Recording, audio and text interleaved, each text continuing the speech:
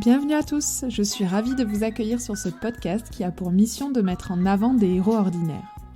Les personnes que vous allez entendre ont décidé de se battre chaque instant dans un quotidien bouleversé par une maladie, un accident, un handicap ou une épreuve qui a chamboulé leur vie. Je m'appelle Pauline, je suis sensible depuis toujours aux histoires et parcours de vie atypiques et j'ai décidé qu'il était temps de mettre à profit mon accent chantant pour faire ce que j'aime le plus au monde. Partager et échanger avec des personnes remarquables et inspirantes. J'espère que ces témoignages vous aideront à mieux vivre vos petits et grands pépins.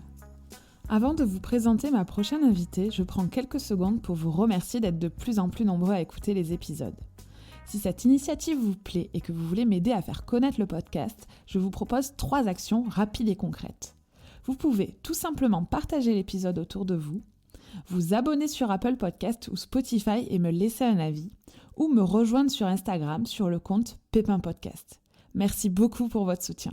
Pour revenir à l'épisode d'aujourd'hui, je suis très heureuse de vous faire découvrir le témoignage de Chloé, une jeune femme de bientôt 30 ans atteinte du diabète de type 1. Chloé est l'auteur du livre 1,12 g par litre, Ma vie avec le diabète, qui parle de l'impact au quotidien du diabète sur la santé mentale.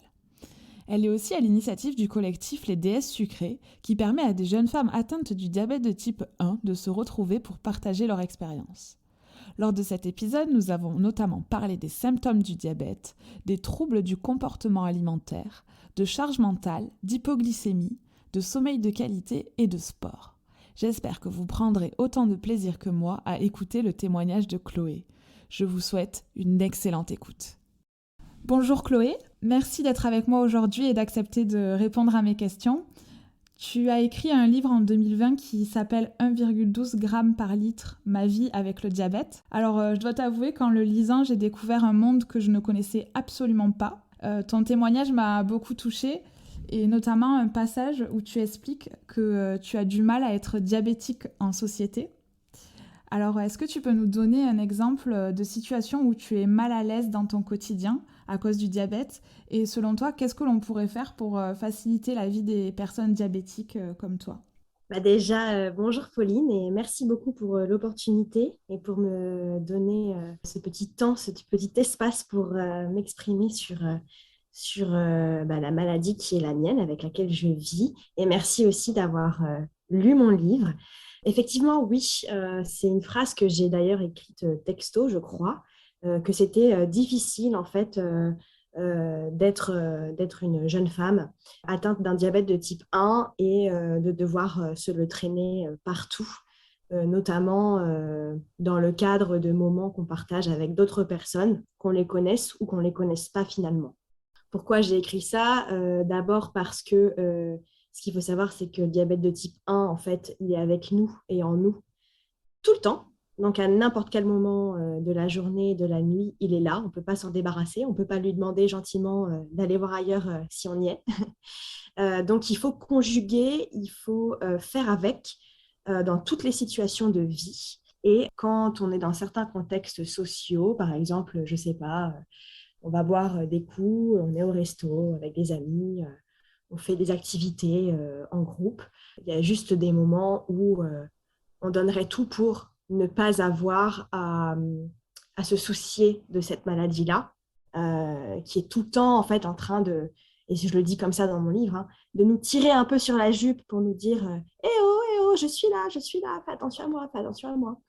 Alors qu'il y a juste des moments en fait où on a juste envie d'être totalement dans la spontanéité et dans le moment, dans l'instant en fait, sans avoir à faire des calculs anticipés, se demander si ça va aller, si ça va pas aller, si on va faire une hypo, une hyper, si on va devoir faire des choix ou réagir parce que il va se passer un truc où il faudra qu'on se sépare un petit peu de ce qu'on est en train de vivre avec les autres pour s'occuper en priorité du diabète. Enfin bref, voilà. C'est assez dur en fait, dans le sens où il y a des situations de vie qui ne sont pas faites pour les... Enfin, moi, je le vois comme ça, pour les personnes diabétiques, quoi. Des exemples, il y en a des milliards, hein, j'en sais rien. Aller à la piscine, faire 1 heure de nage, faire du saut en parachute, être au cinéma. Toutes ces situations de vie-là, c'est des situations en fait, où le diabète ne devrait pas avoir sa place parce qu'on n'a juste pas que ça à faire que de s'occuper de lui quand on vit ce genre de moment. Et pour répondre à ta question, je suis pas certaine qu'on puisse faire grand-chose de plus que ce qu'on peut déjà faire et tous les efforts qu'on fournit au quotidien, en fait, dans n'importe quelle situation, dans le sens où aujourd'hui, on a quand même des dispositifs médicaux qui sont assez développés, assez performants, et d'ailleurs, merci beaucoup pour ça. Mais je pense que, en tout cas, actuellement, on est un petit peu au max de ce qu'on peut faire et que malheureusement, ça reste très contraignant, malgré ces dispositifs-là, de faire avec le diabète, quoi. D'accord. Et si tu es d'accord, avant de poursuivre, j'aimerais que l'on parle un peu plus de toi. Est-ce que tu peux te présenter en quelques mots, nous dire ce que tu fais dans la vie, ton métier, tes passions, si tu as des enfants, des animaux de compagnie, etc. Ouais, tout à fait. Alors, donc, je m'appelle Chloé. Cette année, j'aurai 30 ans au mois de septembre, du coup. Ça fait donc 15 ans presque que je vis avec un diabète de type 1. Donc, tu vois, quasiment la moitié de ma vie, un petit peu plus même. J'habite à Paris, seule, avec mes deux enfants avec des poils. Ils ont beaucoup de poils. Donc, mes deux petits chats, Boulette et Sarou. Et je travaille dans la protection animale, donc au siège de la SPA. Et je suis en quelque sorte chargée de projet sur l'errance féline, donc la prolifération des chats errants partout en France. Donc c'est un métier passion. En plus de ça, j'ai des projets personnels sur la sphère diabète que j'essaye de développer. Et ce que je peux te dire d'autre, c'est que je suis un peu hyperactive. Je fais beaucoup, beaucoup de sport, donc yoga, je cours, je fais du cycling, je fais de la boxe. Et puis évidemment, à côté de ça, je suis aussi très bonne vivante et assez fêtarde, donc je ne me prive jamais d'occasion pour vivre des moments simples et beaux avec les gens que j'aime, donc mes amis sur Paris. Alors, j'ai lu en France qu'en 2020, il y a plus de 3,5 millions de personnes qui sont traitées pour le diabète, mais 90% des patients sont atteints plutôt du diabète de type 2 et seulement 10% ou en fonction des sources, parfois j'ai vu 6%, donc entre 6 et 10% de personnes sont atteintes du diabète de type 1 dont tu es atteinte. Est-ce que tu peux nous expliquer brièvement la différence entre les deux diabètes? Ouais, tout à fait. Et je vais commencer par dire qu'en fait, à mon sens, et je pense que c'est un avis qui est partagé par beaucoup de personnes, les deux maladies sont tellement différentes que je pense qu'il faudrait que le diabète de type 1 porte un autre nom, tout simplement parce que les amalgames sont beaucoup trop souvent faits. Et en fait, tu vas voir que ce sont quasiment deux pathologies en fait, différentes, même si ça concerne le même organe et que grosso modo, les challenges sont les mêmes. Mais en fait, le diabète de type 1, donc c'est une maladie auto-immune chronique qui en fait se traduit par euh, le fait que le corps se soit à un moment donné attaqué lui-même. Et en fait, au niveau de ton pancréas, tu as ce qu'on appelle les îlots de Langerhans. Et sur ces îlots-là, tu as des petites cellules en fait qu'on appelle bêta. Et ces petites cellules-là, en fait, sont chargées et responsables de la production de l'insuline. L'insuline, en fait, c'est l'hormone en fait qui va être sécrétée par ces cellules-là et diffusée dans ton organisme, dans ton sang, pour faire en sorte que à chaque fois que tu manges, les glucides que tu ingères, en fait, vont être régulés. C'est-à-dire que ton taux ne va jamais dépasser un certain seuil et ne va jamais non plus aller en dessous de ce seuil-là. En gros, si tu schématises, l'insuline, c'est la petite clé, en fait, qui va ouvrir euh, l'accès, en fait, au sucre pour que le sucre aille dans tes muscles. En fait, c'est comme un petit bateau qui transporte le sucre et qui va les amener, qui va amener ce sucre-là dans tes cellules, dans tes muscles, dans tes tissus. Voilà. Et en gros, chez le diabétique de type 1, les cellules bêta ont été attaquées. Donc, elles ne fonctionnent plus. Elles ne produisent plus d'insuline. Donc, de manière artificielle, c'est à nous de nous administrer cette insuline. Voilà. Et ce, à chaque fois qu'on mange, quotidiennement. C'est-à-dire que sans insuline, nous ne pouvons pas vivre du tout. Voilà. Donc, c'est intraitable à ce jour, hein, il n'y a pas de remède. Il y a des soins. Donc, le soin, c'est l'insuline artificielle, mais il y a pas de, on n'en guérit pas. C'est-à-dire qu'on vit avec et ce sera le cas jusqu'à la fin. Voilà. Le diabète de type 2 est totalement différent dans le sens où la production d'insuline existe encore un petit peu. C'est-à-dire que elle est affaiblie, c'est-à-dire que les cellules ne produisent pas assez d'insuline. C'est donc un défaut de production ou un défaut de circulation de l'insuline dans le système. Du coup, on se retrouve in fine avec les mêmes challenges que quand on est diabétique de type 1, à savoir qu'il faut soi-même réguler par le biais de l'insuline ce taux de sucre dans le sang qui peut se retrouver très haut ou très bas. Par ailleurs, le diabète de type 1 ne se traite que par insuline, donc grâce à des systèmes de pompe ou par le biais d'injections stylo, donc des seringues, hein, enfin des piqûres. Alors que le diabète de type 2, ça dépend un peu des profils et des personnes qui en sont atteintes, mais ça peut aussi se soigner, se traiter par le biais de cachets. Ouais. Et le diabète de type 2, donc c'est pas quelque chose c'est pas une fatalité dans le sens où ça peut se guérir. Voilà. Au niveau des facteurs qui amènent à tomber malade, souvent le diabète de type 1, on soupçonne un choc émotionnel de n'importe quel type. En général, ça se passe soit quand on est très petit, donc enfant, parfois même dès la naissance, mais ça peut aussi survenir beaucoup plus tard, c'est-à-dire qu'il y a des personnes de 40 ans qui peuvent déclarer un diabète de type 1. Ah ouais. Diabète de type 2, il y a beaucoup de facteurs en fait, qui rentrent en compte. Parmi les plus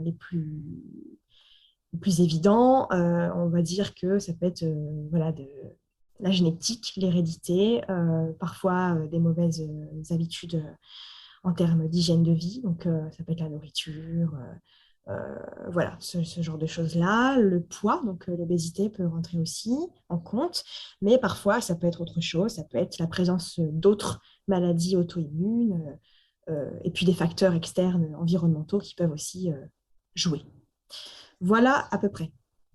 Merci. Et comment ça a commencé pour toi? Quels étaient tes premiers symptômes? Est-ce que le diagnostic, pardon, a mis longtemps à être posé? Alors en fait, ce qui est drôle, enfin drôle entre guillemets, c'est que toutes les histoires de diagnostic se ressemblent beaucoup, dans le sens où on passe par une période qui peut être assez longue. Donc pour moi, ça a été plusieurs mois quand même, hein, de fatigue extrême, avec une soif incommensurable. Donc avec jamais cette sensation d'être hydraté en fait. Moi, à l'époque, j'avais 14 ans et je faisais de la danse classique et contemporaine à haut niveau. J'étais au conservatoire de Rouen, parce que je suis originaire donc de Normandie. Et c'est vrai qu'à l'époque, j'arrivais plus à rien, quoi. Le moindre mouvement me demandait un effort surhumain. J'avais perdu beaucoup de poids. Alors déjà, à l'époque, j'étais pas épaisse, mais là, c'était vraiment fulgurant, quoi. Très grande fatigue, fringale constante, envie de faire pipi tout le temps et cette soif, voilà, cette soif qui ne me quittait jamais.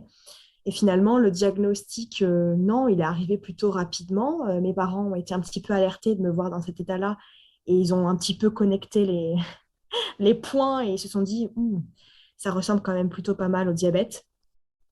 Mon médecin traitant ne voulait pas y croire au départ.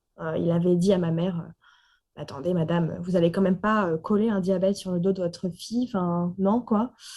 Et finalement, les résultats de la prise de sang sont tombés. Et puis en fait, c'était ça, quoi.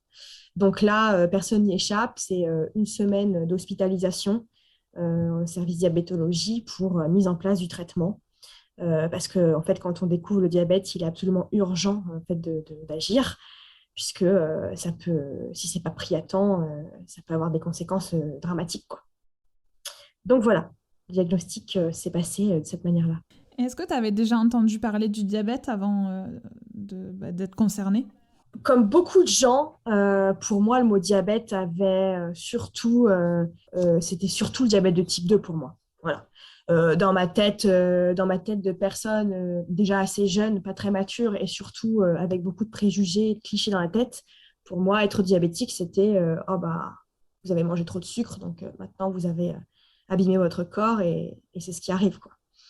C'est bête et méchant, mais c'est ce que beaucoup de gens pensent à l'heure actuelle, en fait, que le diabète se résume à ça, alors que pas du tout, finalement.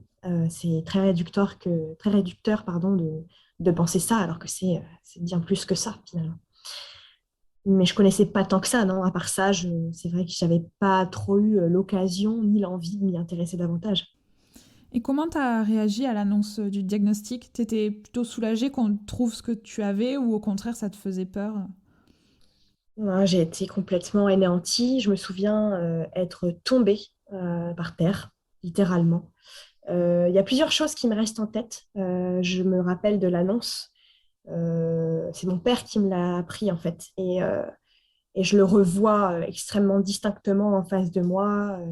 Je revois son attitude, le regard qu'il avait, la panique et la tristesse dans ses yeux, cette tête, ce visage complètement abattu, comme si toute la misère du monde venait de s'abattre sur lui. Enfin, et moi, j'ai été prise d'une peur panique. Je me suis demandé si j'allais mourir, si c'était... Voilà, qu'est-ce que ça implique?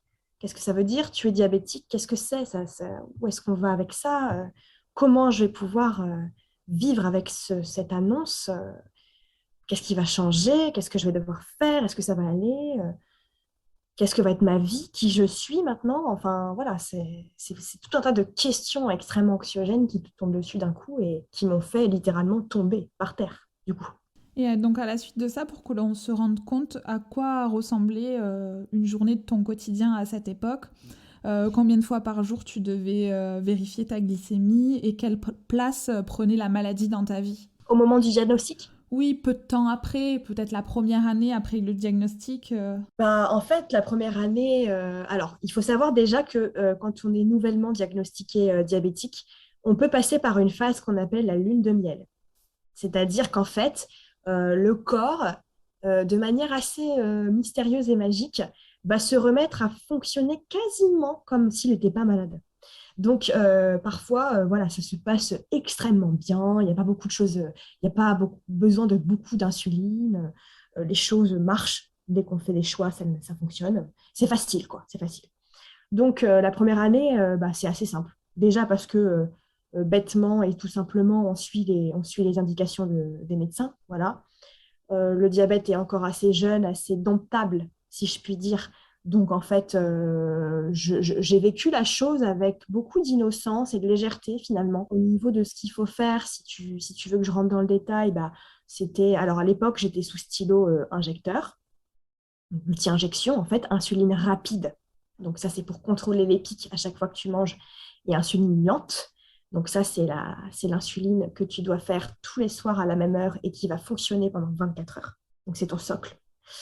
Et en plus de ça, tu as, à l'époque, en fait, j'étais pas, je devais contrôler mon taux de sucre par le biais des tests capillaires, donc la fameuse petite goutte au bout du doigt, petite goutte de sang que tu dois mettre sur une petite bandelette qui elle-même est connectée dans un lecteur de glycémie. Donc, à l'époque, c'était ça, hein, les premières, enfin, les premières, enfin, les 14 premières, donc c'est beaucoup, hein, années de ma vie, j'ai dû faire comme ça. Et après, j'ai découvert la révolution qui était les capteurs de glycémie en continu. Donc, connectés, en fait, c'est un petit capteur que tu colles sur ta peau avec une petite canule qui est insérée dans ton liquide interstitiel. Donc, c'est pas vraiment le sang, c'est un autre type de liquide. Et en fait, cette petite canule, elle est connectée à une application et elle te donne ton taux de sucre sans que tu aies besoin, en fait, de faire ton contrôle sanguin. Donc, c'est magique, hein. Bref, mais les premières années de ma vie, c'était pas ça. Ça n'existait pas encore.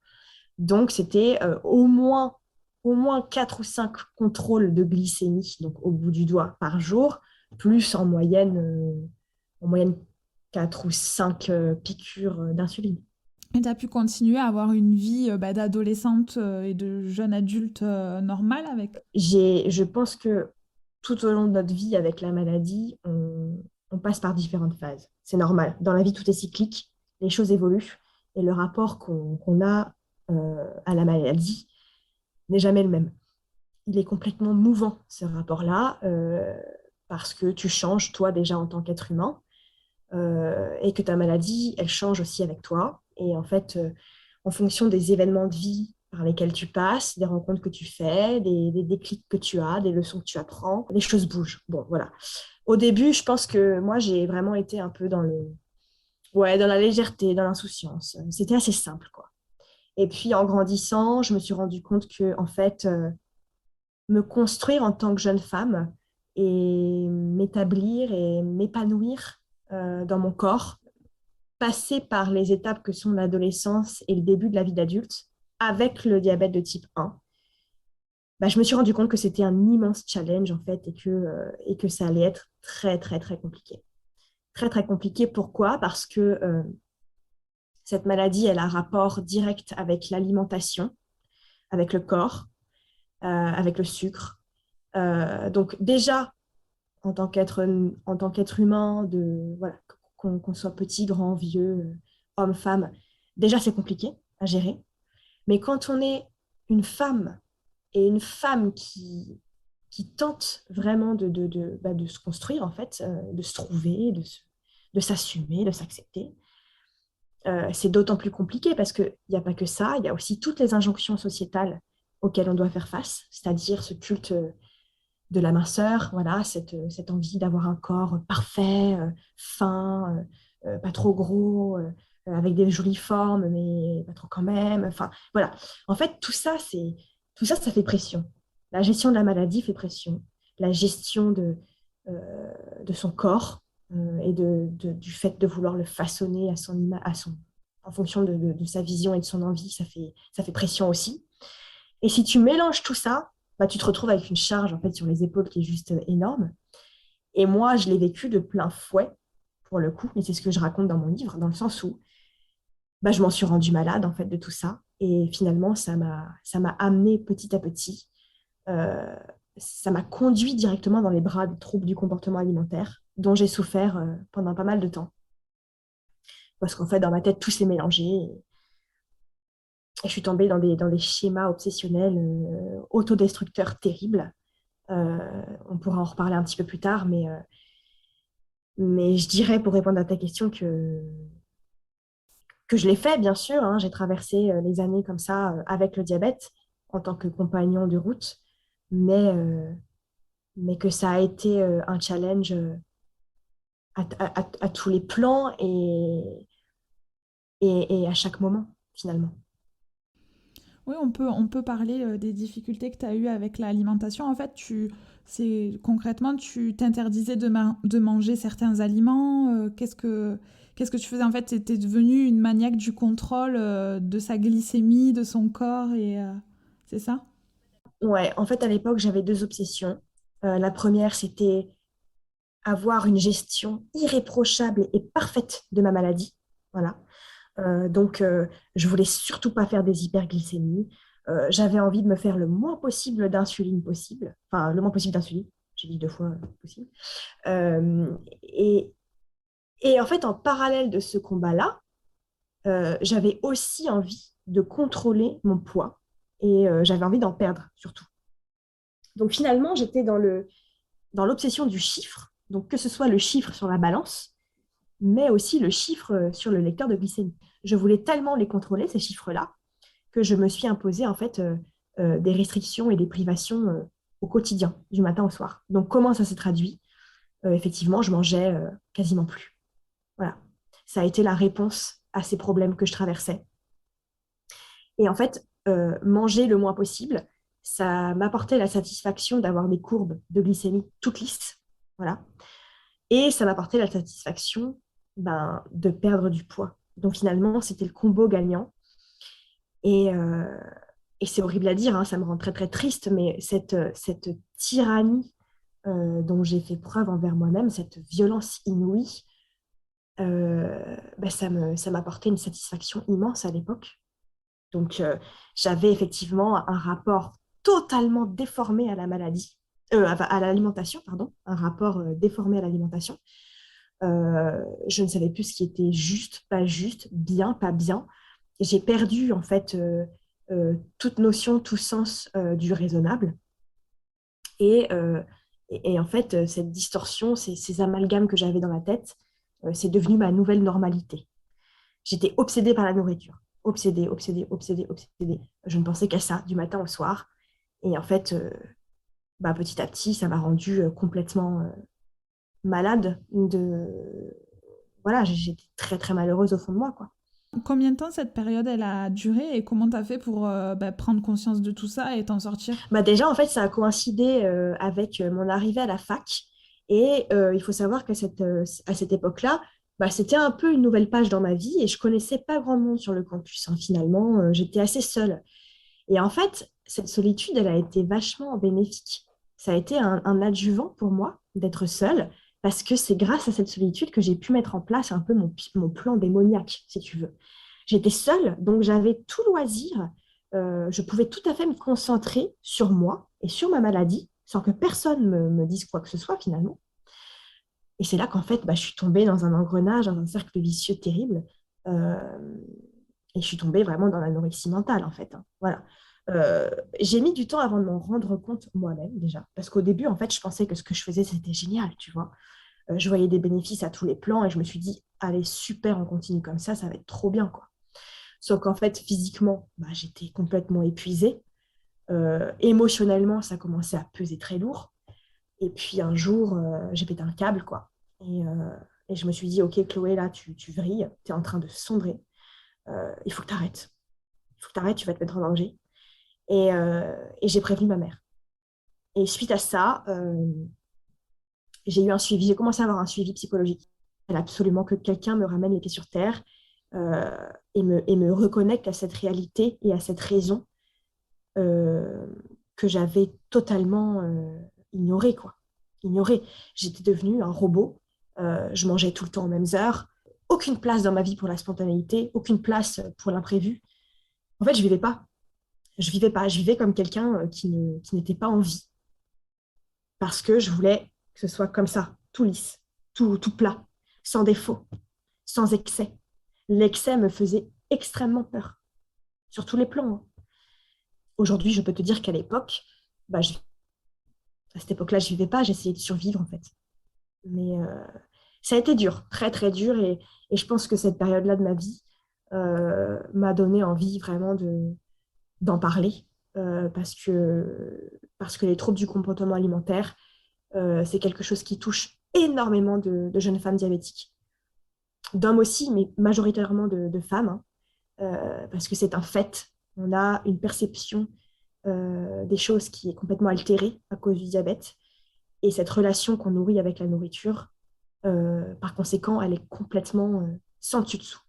Donc moi, ça s'est traduit par une forme d'anorexie mentale, mais tu peux faire des crises d'hyperphagie, ce qu'on appelle de la diaboulimie aussi, voilà. Tout type de troubles du comportement alimentaire peuvent se manifester, quoi.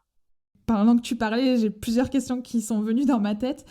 Déjà, après l'annonce du diagnostic du diabète, est-ce que tu as eu un suivi psychologique? Tu poses le doigt sur un sujet qui est très, très, très important. Et je vais commencer par te répondre avec un constat. Aujourd'hui, en termes de suivi psychologique, les diabètes de type 1 sont démunis, totalement. C'est-à-dire que certes, on est entouré par une équipe de médecins spécialistes blindés, c'est-à-dire qu'on est suivi par plein, plein, plein de spécialistes différents, puisque quand on est diabétique de type 1, il y a plusieurs choses qu'il faut contrôler, euh, souvent, plusieurs fois par an, et ça ne s'arrête pas à la diabétologie en elle-même. Il y a un suivi ophtalmo, cardio, ça peut être un suivi approfondi sur la sphère gynéco, ça peut être sur la sphère euh, des reins,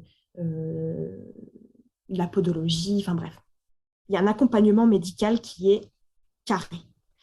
Mais en termes d'accompagnement psychologique, rien du tout. Rien ne nous est proposé à part cette analyse et ce soutien biologique et médical. Et ça, c'est un immense problème, puisque je pense que si les choses étaient différentes, si on avait accès à un coaching, une forme de soutien, de support psychologique et émotionnel plus solide que ça, ben, on ne tomberait pas dans ce genre de problème. Personne, excuse-moi, je te coupe, personne t'avait mis en garde sur ta relation avec l'alimentation.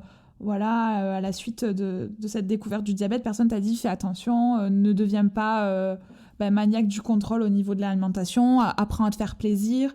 Ou il n'y a pas je sais pas moi, des cours, des masterclass ou des groupes de parole pour apprendre aux personnes diabétiques à se nourrir de façon équilibrée, des choses comme ça? Alors voilà, c'est ça. En fait, pas du tout. Ça n'existe pas. Enfin, à l'époque, en tout cas, aujourd'hui, ça se développe, hein, mais à l'époque, c'était vraiment un scandale sur cet aspect-là, dans le sens où, effectivement, personne ne m'a jamais pris entre quatre yeux, personne ne m'a jamais dit, Chloé, attention, tu risques d'avoir une perception et une relation avec l'alimentation un petit peu compliquée. Sache que si tu sens que tu commences à te sentir mal par rapport à ça et que tu commences à avoir des comportements qui te semblent un peu anormaux, attention, parle-en à ton médecin qui va te diriger vers tel spécialiste. Personne ne m'a jamais mis en garde là-dessus. Personne. Et en fait, le problème, c'est que, par exemple, voilà, la relation avec l'alimentation, on nous en parle trop peu sur la sphère, sur le segment vraiment émotionnel. Et puis, en fait, oui, tu peux être suivi par une nutritionniste, par des spécialistes qui vont t'aider à bien gérer ta glycémie, à prioriser certains types d'aliments, qui vont te donner des conseils sur comment tu pourrais optimiser la manière dont tu te nourris pour que ça se passe bien et tout. Mais c'est pas ça le plus important. Le plus important, c'est euh, savoir sauvegarder et préserver cette relation instinctive, naturelle, saine que n'importe quelle personne entretient avec la nourriture, en dépit du challenge que représente le diabète de type 1. C'est-à-dire que aujourd'hui, moi, je souffre, enfin, je pense que j'ai encore des séquelles par rapport à ce que j'ai vécu dans mes années de troubles de comportement alimentaire. C'est-à-dire que jamais j'aurai une relation saine avec la nourriture. Jamais. Jamais. C'est pas possible. Jamais je pourrais ne pas culpabiliser lorsque je mange quelque chose et que derrière, en fait, je vais mal gérer mon truc. Ben non. C'est, en fait, c'est... Alors, on fait un gros travail sur nous de bienveillance, d'acceptation de l'échec, de se dire, bah, en fait, on fait de notre mieux, on ne peut pas toujours réussir, etc. C'est une chose, hein, ça c'est vrai. Mais malgré tout, quand, par exemple, quand tu te fais plaisir et que derrière ta glycémie, elle est complètement sans dessus-dessous, bah, quelque part, il y a une forme de culpabilité qui vient. Parce que tu te dis, bah, j'aurais dû faire mieux, j'aurais pu faire ci, j'aurais pu faire ça. Donc, quoi qu'il arrive, je pense qu'on aura tous, toutes et tous, en fait, toujours ce lien très spécial à l'alimentation. Et ça, on en parle trop peu. Et quel conseil tu donnerais à une jeune femme ou à un jeune homme qui vient de découvrir son diabète? Alors un conseil, ça peut être lié à l'alimentation ou lié à sa vie quotidienne en général. Bah, le conseil, ce serait de faire extrêmement attention justement à ne pas tomber dans l'extrême. Ne pas chercher la perfection parce qu'elle n'existe pas. Le diabète, c'est une maladie qui est totalement indomptable, sauvage, à fleur de peau. Et il y a beaucoup de moments où elle nous échappe. Tu sais, c'est un peu comme un animal sauvage autour duquel, je sais pas, tu lances un lasso, tu as envie de l'attraper. Parfois, tu y arrives, mais parfois, pas du tout. Et en fait, il faut juste se dire que ben, c'est comme ça et c'est OK.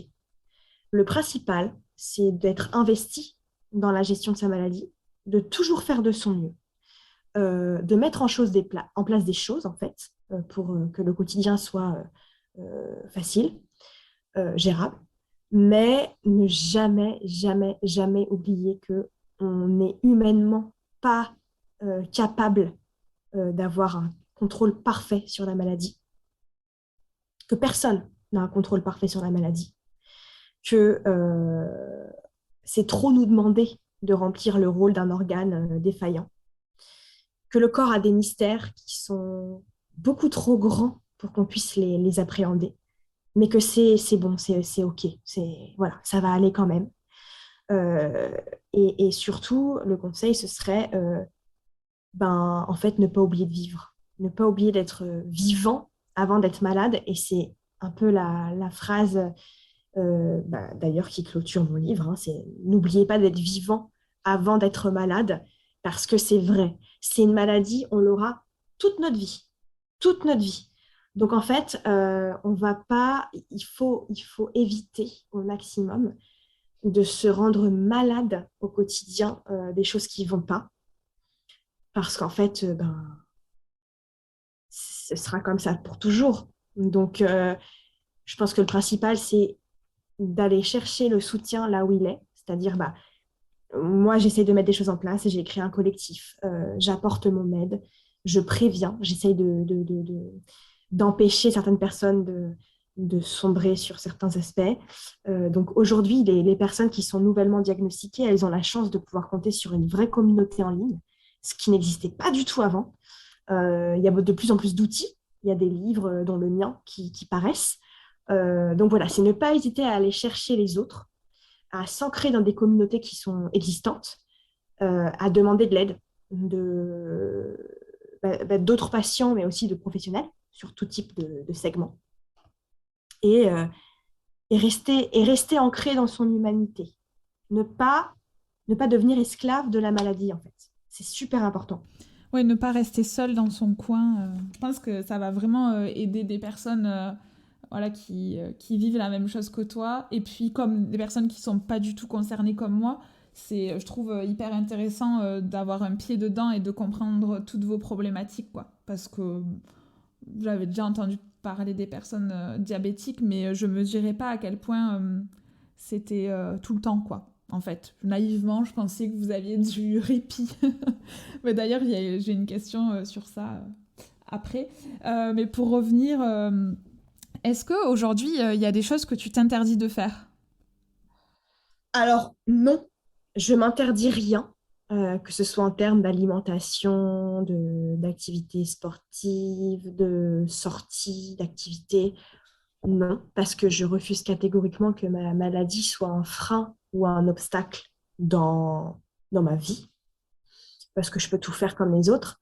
Après, je te dirais qu'avec le temps quand même, il y a cette conscience de la santé, cette conscience du corps qui s'installe vraiment en moi et qui m'encourage à savoir poser des limites. C'est-à-dire que il y a des moments où je suis fatiguée, je suis pas bien parce que là, ça s'est mal passé.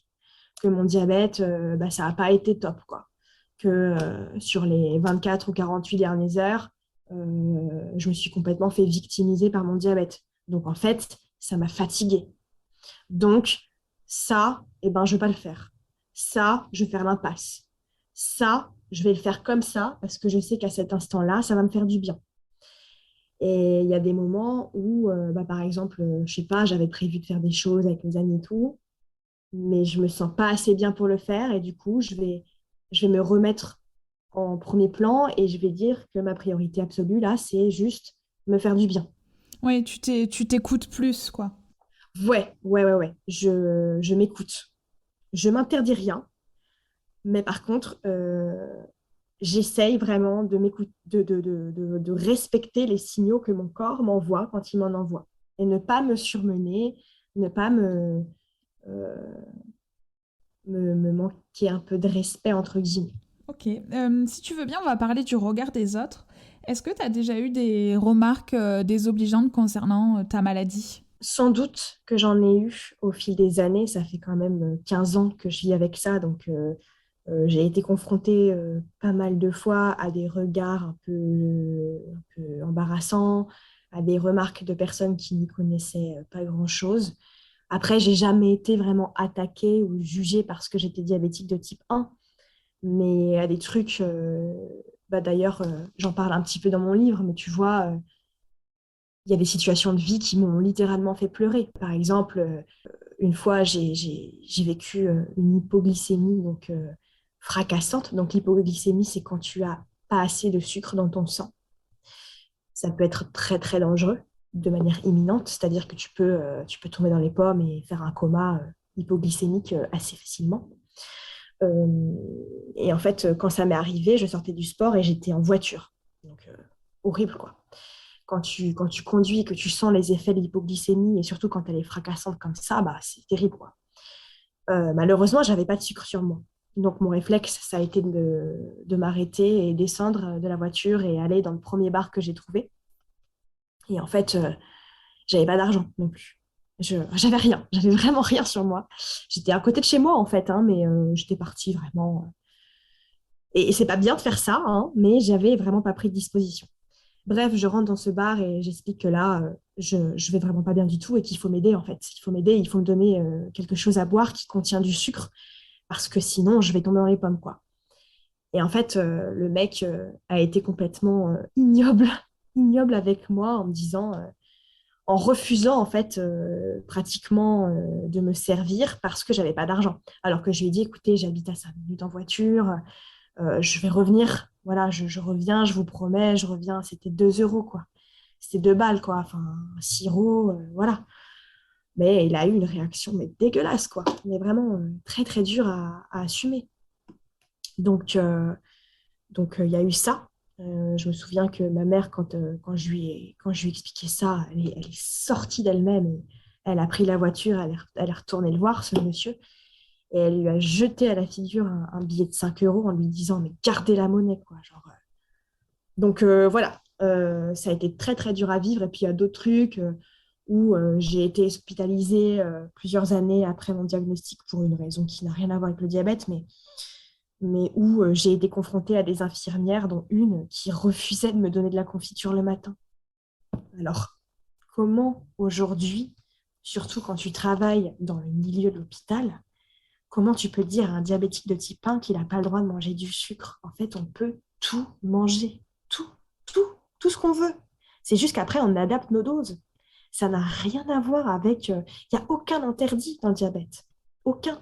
Et ça me choque encore profondément que certaines personnes qui appartiennent au milieu de la santé gardent en fait ce type d'automatisme et de vision. C'est dramatique, quoi. Oui, en fait, elle a mélangé avec le diabète de type 2, quoi. Oui, oui, oui, elle a tout mis dans le même panier, effectivement. Mais le message à faire passer et la vérité à répandre, c'est que on peut faire tout comme les autres. Tout est une question d'adaptation. Si j'ai envie de manger une pizza, je mange une pizza. Si j'ai envie de manger 5 crêpes au Nutella, je mange 5 crêpes au Nutella. Ça va être un peu plus compliqué derrière. Il y a des chances que je fasse quand même une hyperglycémie, mais en toute logique, je peux le gérer parce que je peux adapter mes doses d'insuline. Plus tu manges de sucre, plus tu vas te faire une dose importante d'insuline pour que l'insuline puisse emmener ton sucre vers tes cellules. Mais comment tu fais pour savoir quelle dose tu dois...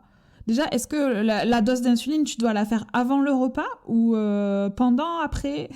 Et comment tu gères la dose? Donc l'injection, elle se fait en général juste avant de manger. Après, tu peux la faire soit pendant, soit un tout petit peu après. Ça dépend de ton taux de base. Admettons que ton taux de base soit très bas. Tu vas plutôt attendre d'avoir fini de manger pour te faire l'injection. Euh, Après, si par exemple ton taux avant de manger il était un peu trop haut, justement tu peux faire l'inverse, c'est-à-dire que tu peux commencer par faire ton injection, attendre un petit peu, c'est-à-dire genre 15-20 minutes que ça commence à agir et là tu manges. Euh, Après, tu as différents types d'insuline aussi, d'insuline rapide. Tu en as qui vont agir plus vite. Par exemple, moi j'ai une insuline ultra rapide. Avant, pendant longues années, pardon, j'ai eu une insuline, on va dire, standard, qui agissait euh, pas aussi vite que celle que j'ai aujourd'hui, mais voilà, c'était un autre type d'insuline. Bref, au niveau des ratios, on a tous un ratio normalement. Et ça, en fait, on t'apprend à faire ça grâce à l'insulinothérapie fonctionnelle. Donc, l'insulinothérapie fonctionnelle, c'est quoi? C'est ça va savoir établir un rapport entre la dose de glucides que tu apportes à ton corps et la dose d'insuline.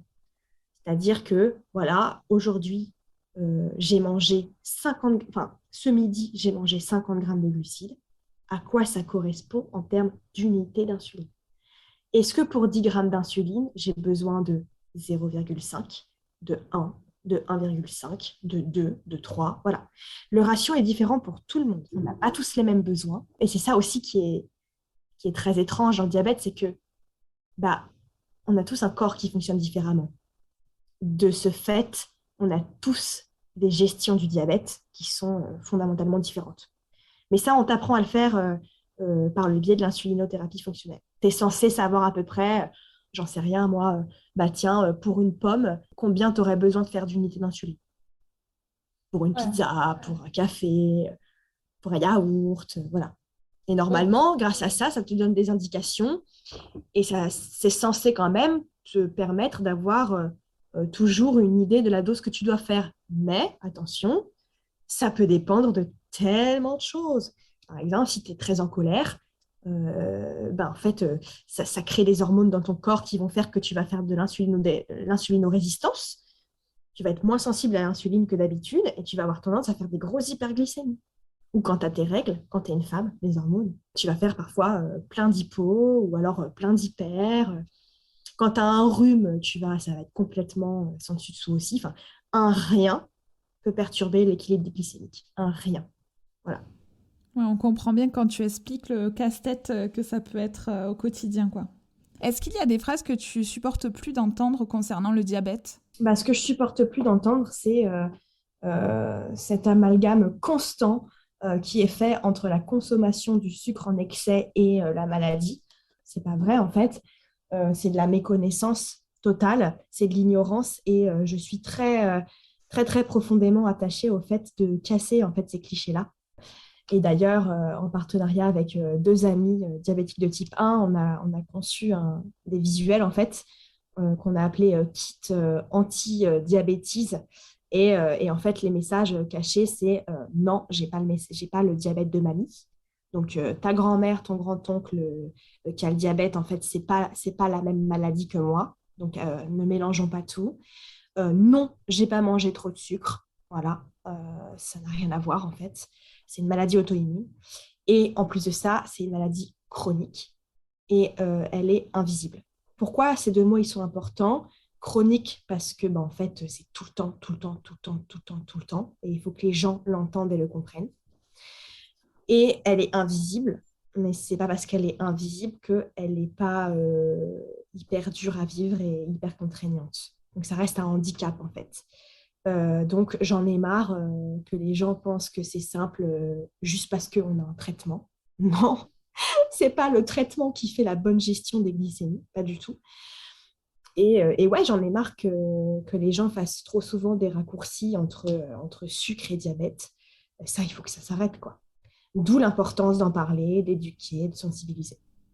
Oui. D'ailleurs, tu as créé en 2021 le collectif Les déesses sucrées afin de permettre à des jeunes femmes diabétiques de se retrouver à Paris autour d'un verre et de discuter du diabète, mais pas que. Est-ce que tu peux nous expliquer comment cette aventure a démarré et ce qu'elle t'apporte aujourd'hui? Alors d'abord, le nom déesse sucrée.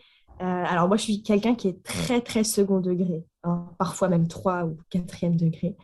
Donc c'est un peu, pourquoi ce nom-là? C'est parce que j'ai voulu surfer un peu sur cette vague très, très ironique du sucre, justement. En fait, c'est un petit pied de nez, en fait, à la vie. C'est une sorte de revanche. Quitte à dire qu'on a trop de sucre dans le sang, autant utiliser ce cliché-là, mais le renverser et y intégrer un peu du glamour, quoi.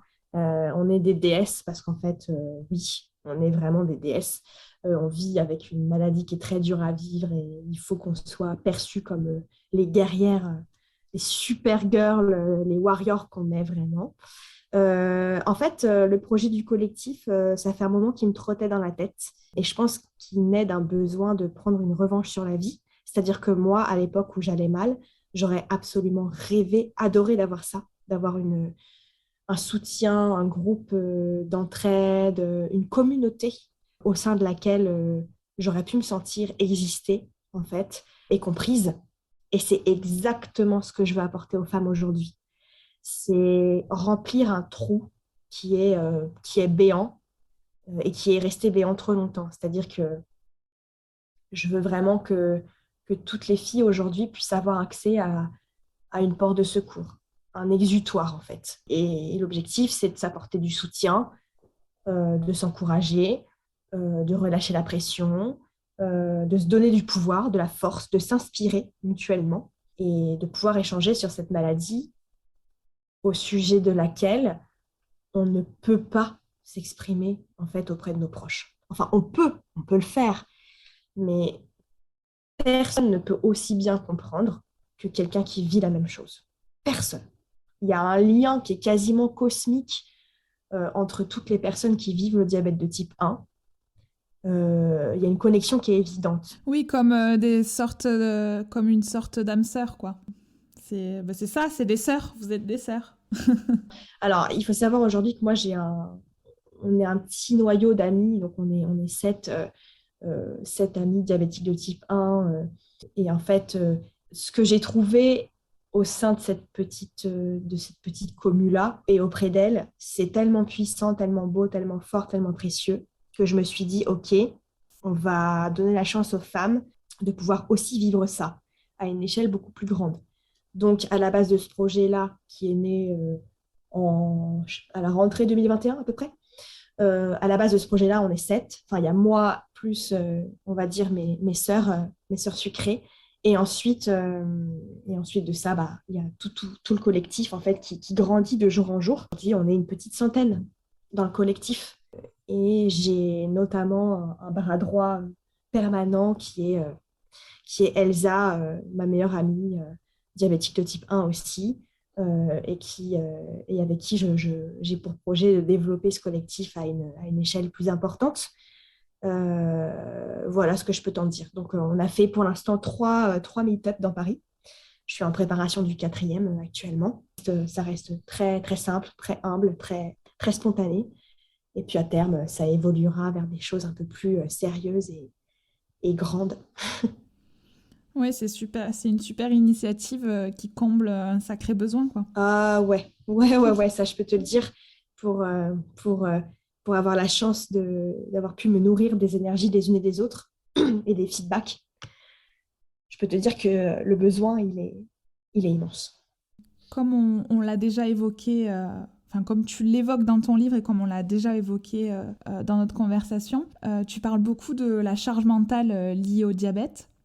Et en effet, quand j'ai lu ton livre, j'ai vraiment réalisé que cette maladie, elle ne laisse jamais de répit, ni le jour ni la nuit, puisque ton corps continue de consommer du sucre et donc d'avoir des variations de la glycémie, même la nuit. Ce qui peut parfois te réveiller. J'ai deux questions à ce sujet. Est-ce que tu arrives à avoir un sommeil de qualité? Et est-ce qu'il y a des moments dans la journée où tu ne penses pas à ta maladie, où tu arrives totalement à oublier ça? Un sommeil de qualité, Pauline, c'est une question à laquelle je vais avoir du mal à répondre parce que, en fait, qu'on se le dise, hein, et tous les diabétiques de type 1 te diront la même chose, euh, quand on a cette maladie, on dort pas très bien de base parce que le sommeil est léger. On a toujours une partie de notre cerveau qui va penser à la glycémie. Et en fait, moi, tu vois, je me réveille 3, 4 fois par nuit. Et souvent, il faut que je fasse des rattrapages. Quand j'ai trop de sucre dans le sang, donc pas assez d'insuline, il faut que je refasse une piqûre. Ou alors, je vais être réveillée par une hypoglycémie. Donc là, il faut que je me réveille et que j'aille boire ou manger du sucre.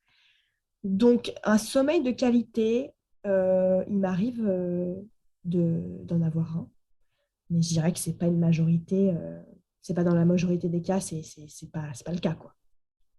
Donc ça, c'est pour le sommeil. Et puis, pour les instants de vie où le diabète n'est pas là, oui, ça m'arrive de réussir à concentrer toutes mes idées sur quelque chose qui n'a rien à voir avec le diabète. Quand je vis des moments qui sont émotionnellement très importants pour moi, quand il y a des priorités absolues qui dépassent totalement la maladie. Oui, parfois j'y arrive. Après, je t'avoue que dans mon quotidien, quand il ne se passe pas de choses un peu extraordinaires, j'ai toujours mes pensées vont toujours se balader du côté de ma glycémie, quoi. C'est clair. Même quand tu fais du sport? Ouais, parce que parce qu'il y a toujours cette angoisse sous-jacente de te dire, putain, est-ce que mon taux, il n'est pas en train de trop descendre? Est-ce qu'il n'est pas en train de trop monter? Est-ce que ça va aller? Oh, et si je me sentais mal pendant le cours? Et si je devais partir? Donc, euh, donc oui. Après, parfois j'ai pleine confiance en moi, pardon, et je sais qu'il va rien arriver, et là, j'arrive complètement à lâcher prise. Mais il y a toujours une petite pensée pour mon taux. Tout à l'heure, tu as parlé des stylos de pompe à insuline. Donc aujourd'hui, tu utilises une pompe à insuline pour réguler la glycémie. J'aimerais savoir quels sont les avantages et les inconvénients de cette pompe et pourquoi on ne te l'a pas proposée directement. Alors, rectification, je ne suis pas sous pompe aujourd'hui. Ah d'accord. En fait, pendant 14 ans, j'ai eu les stylos. En 2020, j'ai voulu essayer la pompe à insuline parce que, en fait, si tu veux, la pompe, grosso modo, ça reste un système d'administration de l'insuline qui est beaucoup plus précis et qui t'offre des possibilités d'ajustement beaucoup plus concrètes, en fait, qu'avec les stylos. Donc, tu peux arriver à faire des choses que tu ne peux pas faire sous stylo, des choses beaucoup plus euh, sur mesure, on va dire, beaucoup plus adaptées. Donc c'est pour ça que j'ai voulu me laisser une chance et que j'ai voulu tester. Pour X et Y raison, le modèle de pompe que j'avais ne m'a pas vraiment convaincue. Donc je suis repassée au stylo. Mais là, j'ai pour projet de repasser sous pompe, mais en fait avec une pompe différente que celle que j'ai eue, c'est-à-dire une pompe avec une tubulure. Et pourquoi? Parce qu'en fait, on a un système qui vient de sortir, qui s'appelle le système de boucle fermée. Je m'explique. En fait, donc on a un capteur de glycémie qui nous permet d'avoir de la visibilité sur notre taux de sucre en continu. Ce capteur-là sera relié à la pompe. Donc la pompe, c'est là où c'est ce qui te délivre l'insuline. Et en fait, la boucle fermée, c'est quoi? C'est un algorithme qui relie le capteur et la pompe. Les deux vont communiquer ensemble de manière, en fait, c'est comme si tu avais un petit cerveau avec toi euh, qui fait les choses à ta place. Oui, un petit pancréas artificiel, quoi, mais extérieur. C'est ça.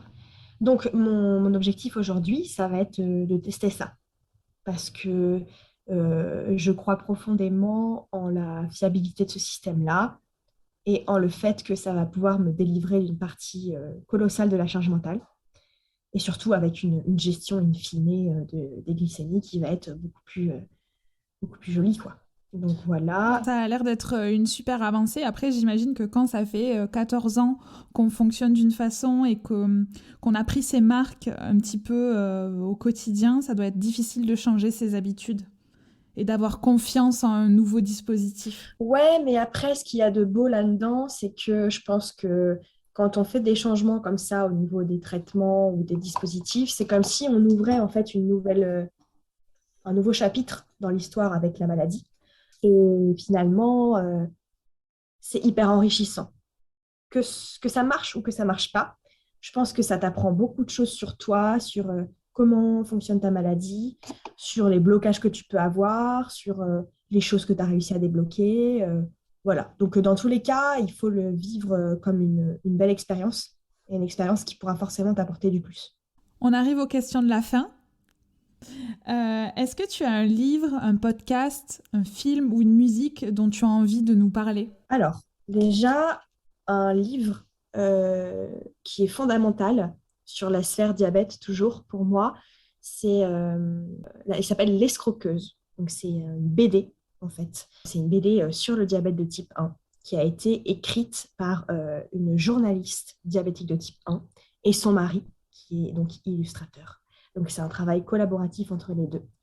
Donc, L'escroqueuse, qui met la lumière sur le marché en fait, du diabète de type 1 en France d'un point de vue purement, si tu veux, économique, politique et biologique, dans le sens où en fait, elle soulève des problèmes dans l'accessibilité aux soins, les avancées en termes de recherche sur la maladie, les scandales liés au laboratoire, à la prise en charge des soins, aux coûts, aux choses qu'on nous dit pas. Et ça te fait te poser plein de questions, mais c'est vraiment un livre d'utilité publique, quoi. Tous les diabétiques, et même pas, devraient le lire parce que c'est un vrai choc, un vrai choc. Donc, moi, je le conseillerais à tout le monde. Ça permet vraiment de comprendre ce que ça représente le diabète de type 1 aujourd'hui sur la sphère santé. C'est un super joli livre en plus qui, au niveau esthétique, graphique, est très impactant. Donc voilà, Escroqueuse, quand l'hippo frappe, pardon, donc par Anna Walder et son mari Michael Alouche. Donc ça, c'est le livre dont j'avais vraiment envie de parler, qui m'a beaucoup marqué. Après, un podcast, rien à voir avec le diabète, ça pourrait être Transfert de slate.fr. Pourquoi? Parce que Transfert, c'est des épisodes qui sont centrés sur une expérience de vie qui est racontée par quelqu'un, à chaque fois quelqu'un de différent. Donc les thématiques sont souvent les mêmes, mais elles sont aussi très variées. Ça peut être, je sais pas, le rapport au corps, à la sexualité, à la famille, l'amour, l'argent. Enfin voilà, c'est des gens qui viennent en fait, qui prennent le micro et qui racontent des trucs de dingue, quoi, des expériences de vie de dingue. Et moi, j'aime bien parce que je trouve qu'il y a beaucoup de choses à apprendre des expériences des gens. C'est marrant de voir ce qu'eux-mêmes ont tiré de ce qu'ils ont vécu, ce que ça a changé dans leur vie et tout, et comment toi, tu peux l'appliquer à toi-même. Du coup, je sais pas, moi, c'est un truc que j'adore. Donc voilà, je dirais transfert. Et puis, je ne sais pas si je vais m'aventurer sur les films et les musiques parce que sinon, demain, on y est encore. Et je pense que tu auras d'autres choses à faire. C'est déjà des super recommandations. Est-ce que tu as une citation ou un mantra qui te motive au quotidien? Bah, ça va être vraiment pas du tout original, mais j'ai envie de te dire, bah, one life to live. Vraiment, je pense que c'est un truc qu'il faut qu'on garde constamment en tête. C'est que la, la, la préciosité de la vie, on a tendance à l'oublier. En fait, la chance qu'on a d'être là, la chance qu'on a d'être en vie, de pouvoir respirer, aimer, rire, évoluer, apprendre, c'est un truc de dingue. Et, et en fait, c'est vrai que la maladie peut avoir un impact très négatif dans la vie, c'est-à-dire qu'elle peut vachement ternir le quotidien. Mais pour autant, je pense que il faut réussir à vivre malgré tout, quoi. Vivre avec le challenge, mais la priorité, c'est de vivre. Parce qu'on n'a pas envie d'arriver en bout de parcours et de se dire oh, merde, si j'avais su, je ne me serais pas autant focalisée sur ce problème-là, j'aurais fait plus de choses spontanément, j'aurais pris vraiment possession de mon corps, de ma vie, j'aurais fait ci, ça, ci, ça, ci, ça. Et ouais, je dirais, ouais, one life. Parce qu'on n'a qu'une vie, qu'elle est courte et qu'il faut en profiter, quoi. Faut pas avoir de regrets et comme tu l'as déjà dit, il faut être vivant avant d'être malade. Exactement. C'est un peu la même idée. Ouais, c'est ça. J'y tiens beaucoup. De quoi tu es le plus fier aujourd'hui? Je suis fière d'avoir réussi à me trouver et à m'accomplir malgré ce handicap que j'ai, parce que quelque part, il m'a aussi façonnée. Et je suis fière de pouvoir aujourd'hui apporter des choses dont moi j'ai cruellement manqué quelques années en arrière. Je suis fière d'être cette main tendue vers l'autre et de pouvoir lui apporter le soutien dont il a peut-être besoin. À l'époque, pour moi, il n'existait pas. Et aujourd'hui, je suis fière de dire, bah, moi, je le crée en fait. On le fait. Donc, c'est beau, c'est un beau processus qui d'ailleurs ne fait que commencer, mais voilà, je suis fière de l'avoir impulsé, de l'avoir initié et puis de pouvoir en faire ressortir autant de positif, quoi. Oui, c'est beau de se sentir utile. Exactement, ça fait beaucoup de sens. Et qu'est-ce que l'on peut te souhaiter pour l'avenir? Eh ben, déjà, d'un point de vue médical, peut-être effectivement que la pose de la pompe en boucle fermée fonctionne, parce que là, je suis pleinement consciente des limites que me posent les stylos à insuline. Donc, voilà, j'ai un périmètre d'action qui est trop étroit. Donc, j'espère déjà que la pompe pourra me permettre d'améliorer un peu tout ça. Et puis sur la sphère plus émotionnelle, spirituelle et humaine, d'aller au bout de ces projets-là et de continuer à faire du bien aux gens et de m'investir à fond cette tangente-là. Et voilà. Bah, c'est tout ce que je te souhaite et longue vie aux déesses sucrées. Je mettrai toutes les références de ton livre, de ton compte Instagram dans les notes de l'épisode. Je te remercie beaucoup d'avoir répondu à toutes mes questions et je t'avoue que je clôture cet épisode en étant un petit peu frustrée. Je me demande s'il va pas falloir faire un deuxième épisode. J'aurai encore plein de questions à te poser, voilà, sur l'impact du diabète dans la vie professionnelle, dans la vie de couple, et encore aussi plus des questions scientifiques sur les avancées, sur la greffe de pancréas. Enfin voilà, il y a plein de questions qu'on n'a pas eu le temps forcément d'évoquer, mais je pense qu'on a déjà parlé de beaucoup de choses des sujets dont peu de personnes parlent et je trouve que c'était hyper intéressant, donc merci beaucoup vraiment. Et voilà, je clôture cet épisode, je te laisse parler. Eh ben, un très, très, très grand merci du fond du cœur à toi parce que le plus on aura la possibilité de parler du diabète de type 1, le mieux pour nous parce que il faut que les gens s'éveillent et s'éduquent sur cette maladie-là qui est encore beaucoup trop mal comprise et méconnue. Donc, merci beaucoup, Pauline, pour cette opportunité-là que tu m'as offerte. Et avec plaisir pour un deuxième épisode, bien sûr.